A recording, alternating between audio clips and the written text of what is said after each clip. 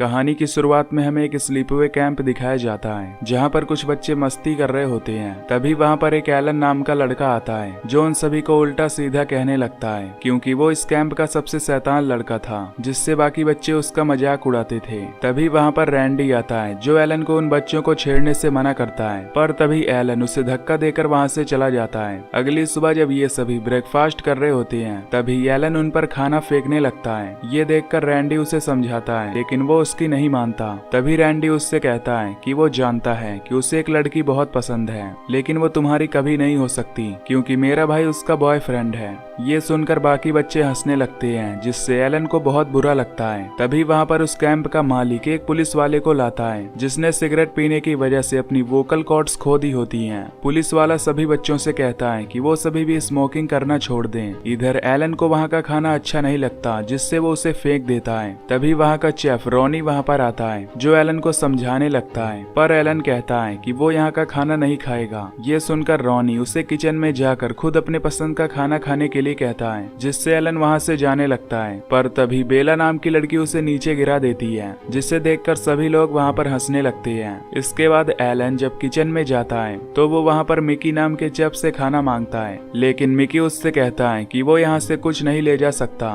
पर एलन जबरदस्ती एक आइसक्रीम निकालता है और खाने वाला होता है। तभी मिकी ये देखकर उस पर अंडे फेंककर मारता है जिससे एलन गुस्से में उसकी तरफ चाकू मारता है। तभी वहाँ पर फ्रैंक आकर उन दोनों की लड़ाई छुड़वाता है। तभी एलन वहाँ से भाग जाता है। ये देखकर फ्रैंक उसके भाई माइकल को उसे वापस लाने के लिए कहता है। इधर एलन अपनी सीक्रेट जगह पर जाता है। तभी वहाँ पर माइकल आकर उसे वापस चलने के लिए कहता है लेकिन तभी एलन उसे चाकू दिखाता है और उसे यहाँ से चले जाने के लिए कहता है। रात को मिकी किचन में फ्राइज बना रहा होता है। फिर वो उस गर्म तेल में फ्राइज को बाहर निकालता है। तभी उसके पीछे कोई आता है और उसकी टांगे उठा देता है। मिकी को लगता है कि शायद कोई उसके साथ प्रैंक कर रहा है इसीलिए वो उसे छोड़ने के लिए कहता है, पर तभी वो किलर उसे पूरा उल्टा कर देता है जिससे उसका मुंह भी फ्राई हो जाता है और वो बुरी तरह मारा जाता है। इसके बाद वो किलर उसकी लाश को उठाकर उसे डस्टबिन में डाल देता है। इधर रॉनी और शेफ फ्रैंक के पास आते हैं और उसे बताते हैं कि मिकी अचानक किचन से गायब हो गया है। इस पर फ्रैंक उनसे कहता है कि वो चिंता ना करें, वो जल्द ही वापस आ जाएगा। जिसके बाद वो अपने पैरट के साथ खेलने लगता है। इधर हम स्टेज के पीछे दो लड़कों को देखते हैं जो कि आपस में वीड पी रहे होते हैं और जोर से हंस रहे होते हैं। इधर सभी बच्चे अपना डिनर लेने जाने वाले होते हैं। यहाँ सभी लड़कियों को पता होता है कि एलन कैरन को लाइक करता है। तभी कुछ लड़के एलन के पास आते हैं और उसे कैरन से बात करने के लिए कहते हैं। फिर जब एलन वहाँ आता है तो सभी वहाँ से चले जाते हैं और एलन उसके पास बैठकर उससे बात करने लगता है। तभी कैरन को उसके शर्ट से कुछ बदबू आती है जिससे वो उसे अपनी शर्ट चेंज करने के लिए कहती है लेकिन एलन उससे कहता है कि उसे वैसा ही रहना पसंद है। ये देखकर सभी बच्चे उसे बुली करने लगते हैं, पर तभी फ्रैंक वहाँ पर आ जाता है और उन्हें शांत कराता है। तभी एलन उन्हीं बच्चों के पास जाता है जो कि ड्रग्स ले रहे होते हैं। फिर वो उसे भी ड्रग्स देते हैं और कहते हैं कि इससे तुम्हें बहुत मजा आएगा। तभी स्मोक करने पर एलन को खांसी आने लगती है जिससे वो लड़के उसका एक गंदा सा नाम रख देते हैं और वही कहकर उसे चिढ़ाते हैं। तभी वहाँ पर रॉनी और पीटी आते हैं जो उन्हें एलन को ना चिढ़ाने के लिए कहते हैं। इधर रात में वो लड़के लड़कियों के साथ ड्रग्स ले रहे होते हैं। तभी वो लड़का अपने दोस्त से कहता है कि अब उन्हें सोने जाना चाहिए लेकिन तभी वो उससे कहता है कि उसे यहाँ पर काफी मजा आ रहा है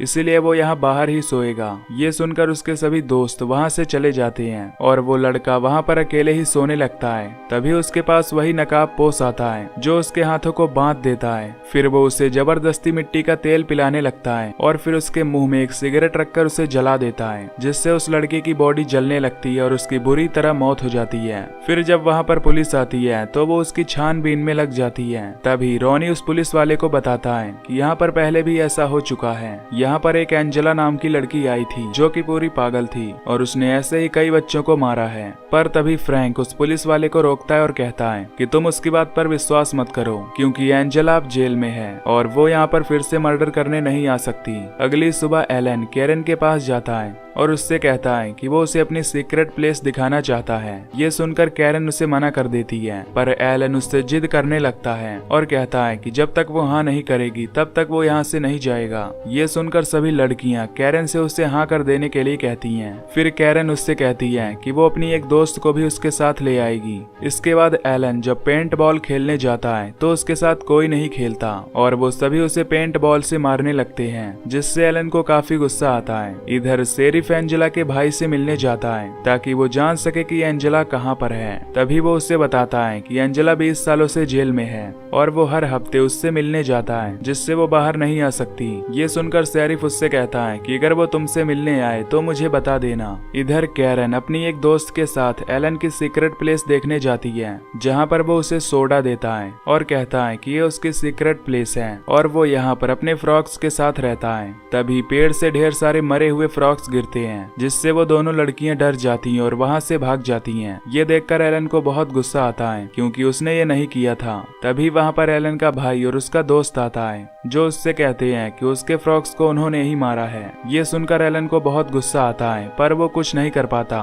एलन वहाँ से भागते हुए नदी के पास आता है, जहाँ पर सभी बच्चे उसे बुली करते हैं और उसे पानी में गिरा देते हैं। तभी पीटी वहाँ आकर एलन को पानी से बाहर निकालती है और रॉनी उन सभी बच्चों से कहता है कि वो एलन का मजाक ना बनाए। रात में ये सभी बच्चे फिर से एलन का मजाक उड़ाने का प्लान करते हैं और इसके लिए वो कैरन को चूज करते हैं ताकि वो एलन को उनकी जगह पर लेकर आए। कैरन उनसे ऐसा करने से मना करती है, पर वो उसकी एक नहीं सुनते। दूसरी तरफ फ्रैंक और उसकी गर्लफ्रेंड जब घर में होते हैं तभी फ्रैंक का पैरट उसे गाली देने लगता है, जो कि एलन दिया करता था, जिससे फ्रैंक को लगता है कि एलन ने उसे ये सब सिखाया होगा। इधर बेला एलन के ऊपर पेपर फेंकती है, जिससे उसे गुस्सा आ जाता है। वो बेला के पास जाकर उसकी कॉफी उसके ऊपर गिरा देता है और कहता है कि वो आगे से उसके साथ मजाक ना करे। तभी फ्रैंक वहाँ कर एलन को डांटने लगता है और कहता है कि उसने उसके पैरट को गाली क्यों सिखाई। ये सुनकर एलन उससे कहता है कि उसने ऐसा बिल्कुल भी नहीं किया है। इसके बाद एलन बाहर जाकर रोने लगता है, पर तभी कैरन उसके पास आती है और कहती है कि वो उसे कुछ दिखाना चाहती है। वो उसे अपने साथ बैक स्टेज ले जाती है। तभी सभी बच्चे उस पर हमला कर देते हैं और उसके कपड़े उतार कर उसे स्टेज पर ले आते हैं। रॉनी जब ये देखता है तो वो सभी बच्चों को डांटता है क्योंकि वो एलन को कुछ ज्यादा ही बुली कर रहे थे।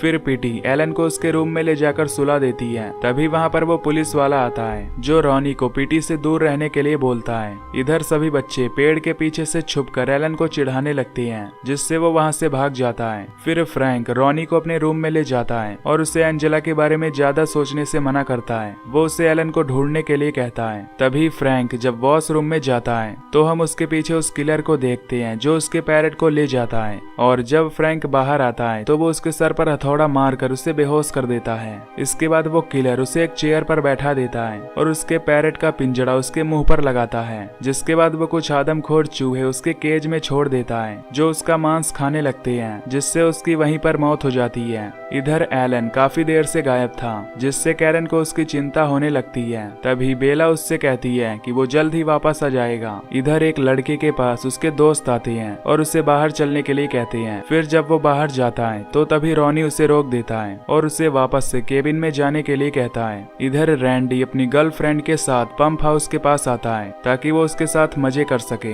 तभी उन्हें वहाँ किसी की आवाज सुनाई देती है, जिसे वो नजरअंदाज कर देते हैं। इसके बाद रैंडी उसे जंगल में लेकर जाता है ताकि वो उसके साथ मजे कर सके। तभी वो उससे पूछती है कि क्या वो स्लीपिंग बैग लाया है, तो रैंडी कहता है कि वो उसकी जीप में है। ये सुनकर उसकी गर्लफ्रेंड उसे लेने जाती है। तभी कोई आकर रैंडी को उस पेड़ में बांध देता है, पर रैंडी को लगता है कि वो उसकी गर्लफ्रेंड कर रही है। इसके बाद वो किलर एक फंदा तैयार करता है, जिसे वो रैंडी के प्राइवेट पार्ट से बांध देता है, जिससे रैंडी समझ जाता है कि वो उसकी गर्लफ्रेंड तो नहीं है। तभी वो उसकी रस्सी और टाइट कर देता है। फिर जब उसकी गर्लफ्रेंड आती है तो उसकी ये हालत देखकर वो बहुत डर जाती है। वो उस कातिल को देखकर वहाँ से भागती है ताकि वो अपनी जान बचा सके। वो उसकी जीप को स्टार्ट करती है और उसे ले जाने लगती है। तभी हम देखते हैं कि उस जीप से वही रस्सी बंधी है जो रैंडी के प्राइवेट पार्ट में फंसी थी। तभी उसकी जीप एक गड्ढे में फंस जाती है और जब वो उसे गड्ढे से निकालती है तो वो रस्सी खिंच जाती है, जिससे रैंडी का प्राइवेट पार्ट कट जाता है। तभी रैंडी की गर्लफ्रेंड अपने सामने एक बार्ब वायर बंधा देखती है। वो ब्रेक लगाने की कोशिश करती है पर ब्रेक नहीं लगती, जिससे वो बार्ब वायर उसके मुंह में फंस जाती है और उसका मुंह कट जाता है। इधर वो लड़का अपने रूम में मैगजीन पढ़ रहा होता है और तभी कोई उस पर फ्लोर से हमला करता है। तभी वहाँ पर उसकी उसका दोस्त भी आता है। फिर वो उसे बताता है कि कोई उसके साथ फ्लोर से लकड़ी घुसाकर प्रैंक कर रहा है। जब वो दोबारा से देखता है तो तभी वो उस लकड़ी को उसकी आंखों के आर पार कर देता है। इधर रॉनी अपनी साथी के साथ फ्रैंक के घर पर जाता है, जहाँ पर उसे फ्रैंक की लाश मिलती है, जिन्हें उन चूहों ने बुरी तरह खा रखा था।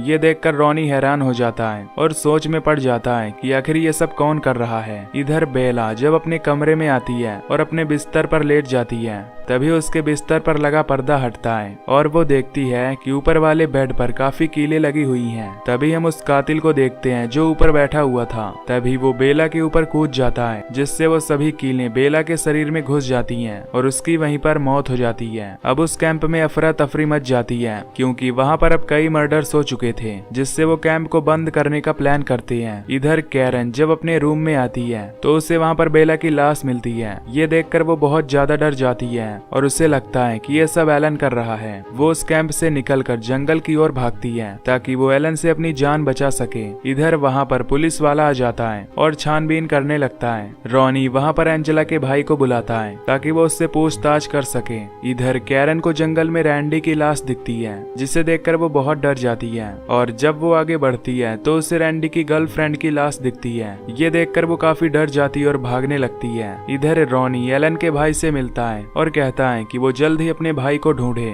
क्योंकि उसकी जान भी खतरे में है। तभी भागते वक्त कैरन के सामने वो कातिल आ जाता है जो उसे पकड़ लेता है। फिर कैरन की जब आंख खुलती है तो वो खुद को रस्सी से बंधा पाती है। तभी वो कातिल उसकी रस्सी खींचने लगता है, जिससे उसका गला दबने लगता है। पर तभी वहाँ माइकल और वो पुलिस वाला आ जाता है जो उसकी जान बचा लेते हैं। कैरन माइकल से कहती है कि उसके भाई एलन ने ही ये सब किया है, क्योंकि वो पागल हो गया है। ये सुनकर माइकल गुस्से में एलन के पास जाता है और उसे एक हथौड़े से पीटता है, जिससे वो जख्मी हो जाता है। तभी वो कातिल वहाँ आकर उस पर अटैक करके उसे जान से मार डालता है। फिर जब रॉनी, एंजेला का भाई और उसका दोस्त वहाँ आते हैं तो वो एलन को वहाँ जख्मी हालत में पाते हैं। तभी एलन उन्हें जंगलों की तरफ इशारा करता है। फिर जब वो जंगल की ओर देखते हैं तो उन्हें वहाँ पर माइकल की लाश दिखती है, जिसकी चमड़ी को उस कातिल ने निकाल दिया था। ये देखकर वो सभी डर जाते हैं। तभी वो कातिल अपना चेहरा रिवील करता है और वो देखते हैं कि वो कातिल कोई और नहीं बल्कि पुलिस वाला है। और जब वो अपने मुंह की चमड़ी हटाती है तो उसके पीछे एंजेला निकलती है, जो इन्हें देखकर रिवील की तरह हंसती है। और ये मूवी यहीं पर खत्म हो जाती है। तो दोस्तों, अगर आप इसके पहले पार्ट्स देखना चाहते हैं तो आपको उसकी लिंक डिस्क्रिप्शन में मिल जाएगी। बाकी मैं मिलता हूँ आपसे अगली वीडियो में। Till then take care, love you, bye bye.